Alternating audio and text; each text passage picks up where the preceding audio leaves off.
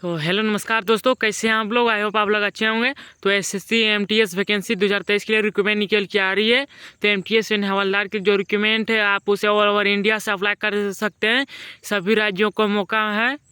तो आज मैं आप लोगों को इसके बारे में details, criteria, post exam pattern, qualification, age fee एवं इन सारी जानकारी आप लोग को दूंगा। इसलिए वीडियो को अंत तक देखिएगा बिना स्किप किए हुए, और चैनल को लाइक और सब्सक्राइब करना मत भूलिएगा। साथ ही बेल आइकन को दबाइएगा ताकि हमारी जॉब की वीडियो कोई भी नोटिफिकेशन सबसे पहले आप ही तक पहुँचे। चलिए तो बिना हम देर किए सीधे वीडियो में चलते हैं। तो एसएससी एमटीएस वैकेंसी है ना, उसका नोटिस है ना। तो भर्ती के नाम एसएससी एमटीएस भर्ती 2023। तो कर्मचारी चयन आयोग यानी एसएससी 30 जून 2023 को एसएससी एमटीएस 2023 का अधिसूचना के लिए न्यूनतम भर्ती जारी करने जा रहा है। तो एसएससी मल्टीटास्किंग स्टाफ और सीबीआईसी हवलदार भर्ती 2023 के लिए ऑनलाइन आवेदन आमंत्रित करता है। तो योग्य उम्मीदवार इसके आधिकारिक वेबसाइट ssc.nic के माध्यम से ऑनलाइन आवेदन कर सकते हैं। तो मैं एसएससी एमटीएस जो 2023 का पात्रता मानदंड है, आयु सीमा, आवेदन प्रक्रिया भी इस वीडियो में नीचे विस्तार से बताएंगे। तो चलिए सबसे पहले इसका ओवरव्यू जान लेते हैं। जो इसे ऑर्गेनाइज कर रहा है स्टाफ सिलेक्शन कमीशन एसएससी के द्वारा।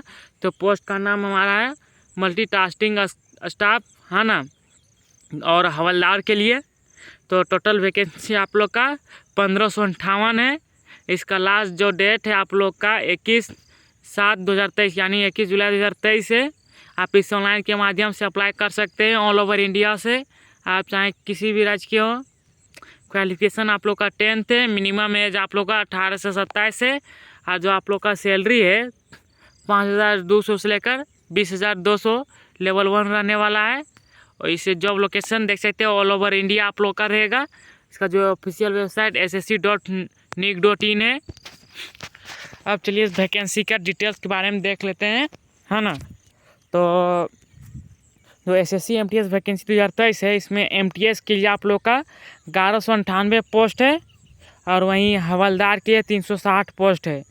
और दोनों पोस्ट को मिला के बोलें तो दोनों को टोटल हो जाता है 1558 पोस्ट हो जाता है, एमटीएस और हवलदार के पोस्ट को मिला के। अब चलिए इसके क्वालिफिकेशन के बारे में देख लेते हैं। तो मल्टीटास्किंग स्टाफ यानी एमटीएस, है ना, एंड हवलदार के लिए आप लोग का 10th पास चाहिए। वहीं आप एज लिमिट के बारे में देख लें तो, है ना, तो सभी के लिए आप लोग का मिनिमम जो है 18 साल है। वहीं मैक्सिमम आप लोग का 25 साल है। लेकिन कुछ एज रिलेशन के कारण गवर्नमेंट रूल के अनुसार अन्य किसी को छूट दी जाती है।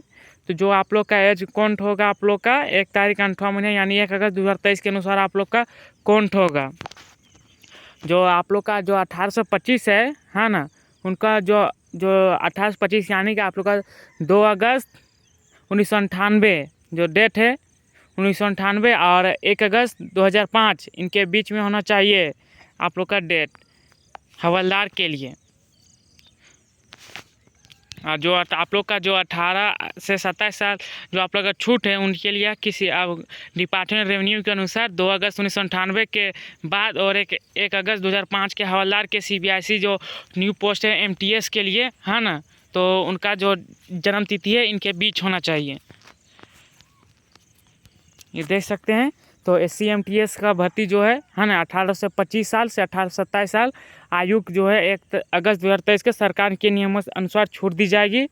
सीबीएन राजस्व विभाग में एमटीएस और हवलदार के लिए 18 से 25 साल के उम्मीदवार का जन्म 2 अगस्त 1998 से लेकर इससे पहले यानी 1 अगस्त 2005 के बाद नहीं हुआ हो। अब चलिए इसका सिलेक्शन प्रोसेस देख लेते हैं कि जो हमारा है एमटीएस और हवलदार का सिलेक्शन प्रोसेस किया है। तो जो आप लोग का सिलेक्शन प्रोसेस है, सबसे पहले आप लोग का राइटिंग एग्जाम लिखित परीक्षा होगा, है ना। उसके बाद फिजिकल एग्जाम होगा पीईटी और पीएसटी हवलदार पोस्ट के लिए, है ना। और जो है डॉक्यूमेंट वेरिफिकेशन होगा। उसके बाद आप लोग का मेडिकल टेस्ट होगा, यानी आप लोग को 4 दौरों से गुजरना पड़ेगा। एक सबसे पहले लिखित परीक्षा, फिजिकल में, डॉक्यूमेंट में और फिर मेडिकल टेस्ट में। अब देख लेते हैं जो हवलदार एमटीएस हवलदार का रिक्रूटमेंट है उसके लिए हमारा क्या प्रोसेस है ना। तो सबसे पहले आप लोग का कंप्यूटित यानी फर्स्ट में आप लोग कंप्यूटर आधारित परीक्षा होगा, है ना। CBE यानी कंप्यूटर आधारित परीक्षा होगा, है ना। MTS सत्र 1 MTS के लिए सत्र 1 यानी पेपर 1 और पेपर 2 के लिए सभी प्रक्रिया है ना। सत्र 1 में उम्मीदवार के प्रदर्शन का पहले मूल्यांकन किया जाएगा और सत्र 2 को प्रदर्शन का मूल्यांकन केवल तभी किया जब कोई उम्मीदवार सत्र 1 में उत्तीर्ण। देखिए आप लोग को 2 एग्जाम देना पड़ेगा है ना। तो सबसे पेपर 1 और पेपर 2, तो जब आप पेपर 1 में क्वालिफाई कीजिएगा तब पेपर 2 का आप लोग का दिया जाएगा। और हवलदार पद के लिए भर्ती क्रिया जो पेपर 1 है ना CBE, उसके बाद पेपर 1 कंप्यूटर बेस्ड एग्ज़ाम, उसके बाद शारीरिक दस्ता होगा, उसके बाद शारीरिक मानक परीक्षण होगा, उसके बाद होगा डॉक्यूमेंट वेरिफिकेशन। तो इसके लिए जो आप लोग का है पेपर 1 में न्यूनतम योग्यता अंक देखिए UR 30%, OBC EWC के लिए 25% और अन्य सभी श्रेणी के लिए 20% लाना एकदम ज़रूरी है। तो MTS पद के लिए उम्मीदवार को CBE के सत्र में उनके प्रदर्शन के आधार पर शॉर्टलिस्ट किया जाएगा। तो CBE के योग्यता निर्धारित करने के लिए उम्मीदवार के सामान्यीकृत स्कोर का उपयोग किया जाएगा। तो मेरिट सूची पूरी तरह से सत्र सेकेंड में प्रदर्शन के आधार पर की जाएगी पेपर 2 के अनुसार। अब चलिए इसका पैटर्न और सिलेबस देख लेते हैं कि इसका सिलेबस किस प्रकार से है। तो सबसे पहले परीक्षा में कंप्यूटर आधारित परीक्षा शामिल होगी जो 2 सत्रों में बांटा गया, पेपर 1 और पेपर 2। तो दोनों सत्रों को प्रयास करना अनिवार्य है, यानी कि दोनों जो एग्ज़ाम को पास करना अनिवार्य है। किसी भी सत्र में प्रयास ना करने पर उम्मीदवार को आयोग घोषित कर दिया जाए। अगर आप किसी भी पेपर में फेल जाते हैं तो आपको फिर आयोग घोषित कर दिया जाएगा। तो शारीरिक दस्ता PET और शारीरिक मानव परीक्षा PST केवल हवलदार पद के लिए है ना। तो पेपर 1 कंप्यूटर आधारित में 90 प्रश्न रहेंगे जिसमें 270 को आप लोग का अंक नंबर रहेगा, मार्क्स रहेगा। तो सत्र 1 में समय 45 मिनट मिलेगा, PW के लिए 60 मिनट, गणित में 20 क्वेश्चन रहेगा आप लोग का 60 नंबर का, रीजनिंग में 20 क्वेश्चन 60 नंबर का। और सत्र 1 में उम्मीदवार प्रदर्शन का मूल्यांकन पहले किया जाएगा, उसके बाद पेपर 2 में। तो पेपर 2 में आप लोग को 45 मिनट मिलेगा, वहीं दिव्यांग उम्मीदवार के लिए 60 मिनट। तो अंग्रेजी में आप लोग का 20 क्वेश्चन रहेगा, 25 क्वेश्चन वहीं 75 नंबर के लिए। और सामान्य जागरूकता में आप लोग का 25 क्वेश्चन रहेगा 75 नंबर के लिए। अब देख लेते हैं कंप्यूटर बेस्ड एग्जाम जो इसका देख लेते हैं। देखिए है ना, तो जो आप लोग का नंबरिकल एंड मैथमेटिक्स के लिए आप लोग का 20 क्वेश्चन 60 नंबर के लिए, रीजनिंग के लिए आप लोग का 20 क्वेश्चन 60 नंबर के लिए। वहीं जनरल पेपर 2 सीजन में आप लोग का देख सकते हैं, जनरल के लिए आप लोग का 25 क्वेश्चन 75 नंबर का, इंग्लिश में 25 क्वेश्चन 75 नंबर का। अब देख लेते हैं जो फिजिकल टेस्ट है ना SSC हवलदार पोस्ट के लिए है ना, जो आप लोग का फिजिकल टेस्ट है ओनली सिर्फ SSC हवलदार के लिए। तो सबसे पहले शारीरिक दस्ता जैसा PET है ना, तो पुरुष पैदल है ना, यानी कि 15 मिनट में 1600 मीटर, और महिला के लिए 20 मिनट में 1 किलोमीटर, और वहीं पुरुष साइकिलिंग में 30 मिनट में आप लोग का 8 किलोमीटर, और महिला के लिए 25 मिनट में 3 किलोमीटर। अब शारीरिक जो है उसकी देख लेते हैं। शारीरिक पुरुष की ऊंचाई और छाती है ना, तो ऊंचाई पुरुष के लिए आप लोग का 157.7 होना चाहिए CMC। गढ़वाली हो गया, असमिया, गोरखा अनुसूचित जनजाति के सदस्यों के मामले में 5 सेंटीमीटर की छूट मिलेगी, यानी आप लोग का जो हाइट मांगा गया 157.5, और जो इनमें गढ़वाली, असमिया, गोरखा और अनुसूचित जनजाति के सदस्य मामले में आप लोग का 5 सेंटीमीटर की छूट दी जाएगी। वहीं सीना आप लोग का 76 सेंटीमीटर होना चाहिए है ना, न्यूनतम विस्तार से आप लोग का 5 सेंटीमीटर। महिला की ऊंचाई है ना जो है आप लोग का 152 मांगा गया, और वहीं जो गढ़वाली, असमिया, गोरखा अनुसूचित जनजाति इन सबको 2.5 सेंटीमीटर का छूट दिया जाएगा। और वजन आप लोग का 48 किलो होना चाहिए। अब चलिए देख लेते हैं इसके इम्पोर्टेंट डेट के बारे में।